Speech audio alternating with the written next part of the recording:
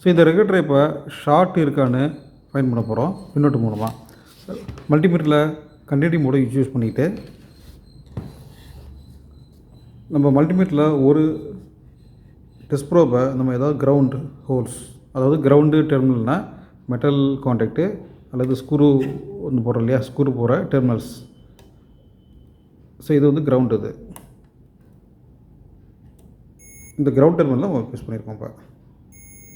Okay, இதில் டேபிளில் பார்த்தீங்கன்னா பின் நம்பர் ஃபர்ஸ்ட் பின் வந்து V out, second pin on off, third pin NC no connection, fourth pin தான் கிரவுண்டாக இருக்கணும், ஃபிஃப்த்து பின்னு பார்த்தீங்கன்னா எஸ்எஸ்சி அது interest current, pin number 6 and 7 no connection, pin number 8 வந்து input pin supply input positive pin அது. Okay, இப்போ we அவுட்டுங்கிறது அது positive பின்னு தான். ஸோ பின் நம்பர் 1 and 8 ரெண்டுமே வந்து பாசிட்டிவ் பின்னாக இருக்கும்.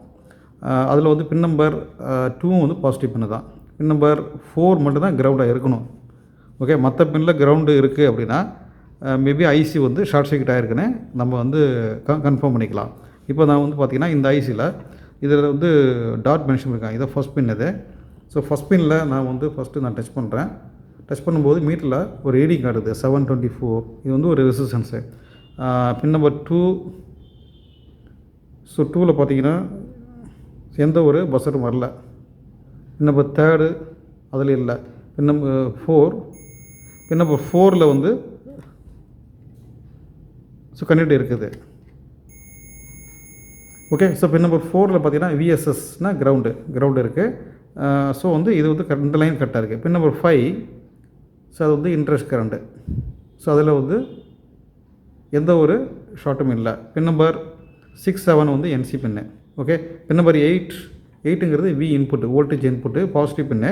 அதில் வச்சிங்கன்னா மீட்டரில் வந்து ஒரு ரீடிங் காட்டும். ஸோ எந்த ஒரு பஸ்ஸரும் சவுண்டு வரக்கூடாது. ஸோ வந்து இந்த ஐசி வந்து நல்ல கண்டிஷனில் இருக்குது. இது வந்து ஜென்ரலாக நம்ம வந்து செக் பண்ணுற ஒரு ஷார்ட் மெத்தடுமாங்க.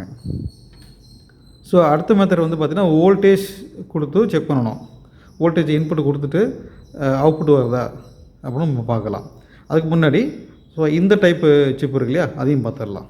இது வந்து ஆக்சுவலாக பார்த்திங்கன்னா இது எப்படி இருக்கும், இது வந்து 5 இருக்கு இல்லையா, இது எப்படி பார்ப்போம். இந்த 5 பின் ரெகுலேட்டரை பொறுத்தவரை ஃபஸ்ட் பின் வந்து ஆன் ஆஃபில் இருக்குது. ஸோ ஃபஸ்ட் பின்னில் அதை வைக்கிறேன். ஸோ ஃபஸ்ட் பின்னில் எந்த ஒரு கரண்ட்டும் வரல. சென்டர் பின் வந்து கிரவுண்டாக இருக்கும், சென்டர் பின் கிரவுண்டு. ஓகே, தேர்டு பின் வந்து சென்சார் பின்னு. ஸோ ஃபோர்த்து பின்னு இன்புட்டு, ஃபிஃப்த்து பின்னு அவுட்புட்டு. ஓகே, ஸோ இதில் வந்து எந்த ஒரு பஸ்ஸரும் வரல. அந்த சென்டர் பின்னு மட்டும்தான் ஸோ வந்து பீப்ஸ் வந்து கிரவுண்ட் ஷாட் வரும். ஓகே, மற்ற லெக்கு வந்து கிரவுண்டு ஷாட் வரக்கூடாது. ஒரு வந்து பின் நம்பர் 4லையோ இல்லை 5லையோ, இது பின் நம்பர் 4, இது 5, இந்த 5லையோ கிரவுண்டு வந்துச்சுன்னா மேபி வந்து ஐசி ஷார்ட்டாக இருக்க வாய்ப்பு இருக்குது. ஸோ சில நேரங்களில் வந்து ஒன்றுக்கு மேற்பட்ட ஐசிகள் இருந்துச்சுன்னா, அந்த இடத்துல ஷார்ட் இருந்துச்சுன்னா அதை வந்து நம்ம டிசி பவர் சப்ளை மூலமாக ஸோ வந்து வோல்டேஜ் கொடுத்து ஆம்பியர் டெஸ்ட், அதாவது ஹீட் ஆகுதான்னு நம்ம டெஸ்ட் பண்ணலாம். அந்த வீடியோவை நான் ஆல்ரெடி நான் உங்களுக்கு போட்டிருக்கேன். அதோட கீழே வந்து இந்த வீடியோவுக்கு கீழே ஸோ வந்து ரெகுலேட்டரை, ஸோ வோல்டேஜ் ரெகுலேட்டரை எப்படி வந்து நம்ம டிசி பவர் சப்ளை மூலமாக ஸோ வந்து ஷார்ட்டு செக் பண்ணுறது, ஹீட்டிங் ஆகுதா இல்லையா அப்படின்னு செக் பண்ணுறதுன்னு ஒரு வீடியோ நான் போட்டிருக்கேன், அதை பார்க்கலாம். ஓகே, ஸோ இங்கே ஒரு ஐசி இருக்கா, அதையும் பார்த்துக்கலாம். சென்டர் பின் வந்து இதுவும் சென்டர் பின்னு கிரவுண்டாக இருக்குது, இதுவும் சென்டர் பின்னு கிரவுண்டாக இருக்குது எல்லாமே. ஸோ மற்ற பின்னில் வந்து வி அவுட் பின்னில் கிரவுண்ட் எதுவுமே இல்லை. ஓகே, ஸோ இந்த ஐசி வந்து இப்போ நல்ல கண்டிஷனில் இருக்குது. அடுத்து நம்ம வோல்டேஜ் கொடுத்து அவுட்புட் வருதான்னு நம்ம செக் பண்ண போகிறோம். ஸோ ரெகுலேட்டர் பொறுத்தவரை வோல்டேஜ் செக் பண்ணும்போது நம்ம டிசியில் 20 வோல்ட்டில் வச்சுக்கணும், சரியா. ஸோ ஒரு பின்னை நம்ம கிரவுண்ட் பண்ணிடலாம். இதில் ஃபஸ்ட் பின்னு பார்த்தீங்கன்னா ஃபஸ்ட் பின்னு தான் வி அவுட் வருது. அது 8 பின்னு ஐசியில் first pin V out, last pin V in. Okay, இதில் பார்க்குறேன். இப்போ ஆக்சுவலாக இதான் வந்து லாஸ்ட் பின் வந்து வி இன்னு. ஸோ வந்து 5 வோல்டேஜ் மீட்டரில் காட்டுது. அப்படியே நேராக இந்த பக்கம் பார்த்தீங்கன்னா இது ஃபஸ்ட் பின், இது சரி last pin this is last pin V out, first pin V in. So first பின்னில் 3.3 வோல்ட்டு டிஸ்பிளே ஆகுது. ஸோ இந்த ரெகுலேட்டரு இப்போ நல்ல அவுட்புட் வர்றதுனால இது வந்து ஒர்க்கிங் கண்டிஷனில் இருக்குது.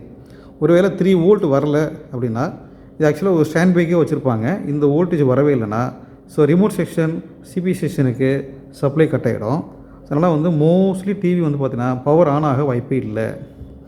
ஓகே, இப்போ இந்த ரெகுலேட்டர் பொறுத்தவரை ஃபஸ்ட் பின் வந்து வி அவுட்டில் இருக்குது. ஓகே,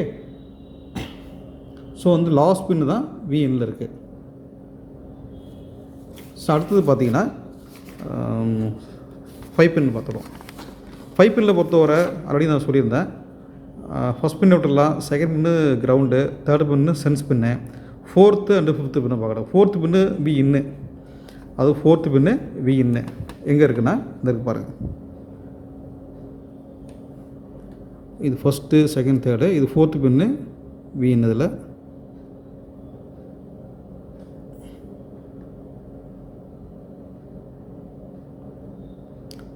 ஸோ 4th பின்னில் 5 வோல்ட்டு டிஸ்பிளே ஆகுது. ஸோ 5 வோல்ட்டு இன்புட்டில் இருக்குப்பா. ஓகே, அப்படியே 5th பின்னு போயிடலாம். ஸோ இப்போ மீட்டரை பார்த்தீங்கன்னா 1.8 வோல்ட்டு காட்டுது.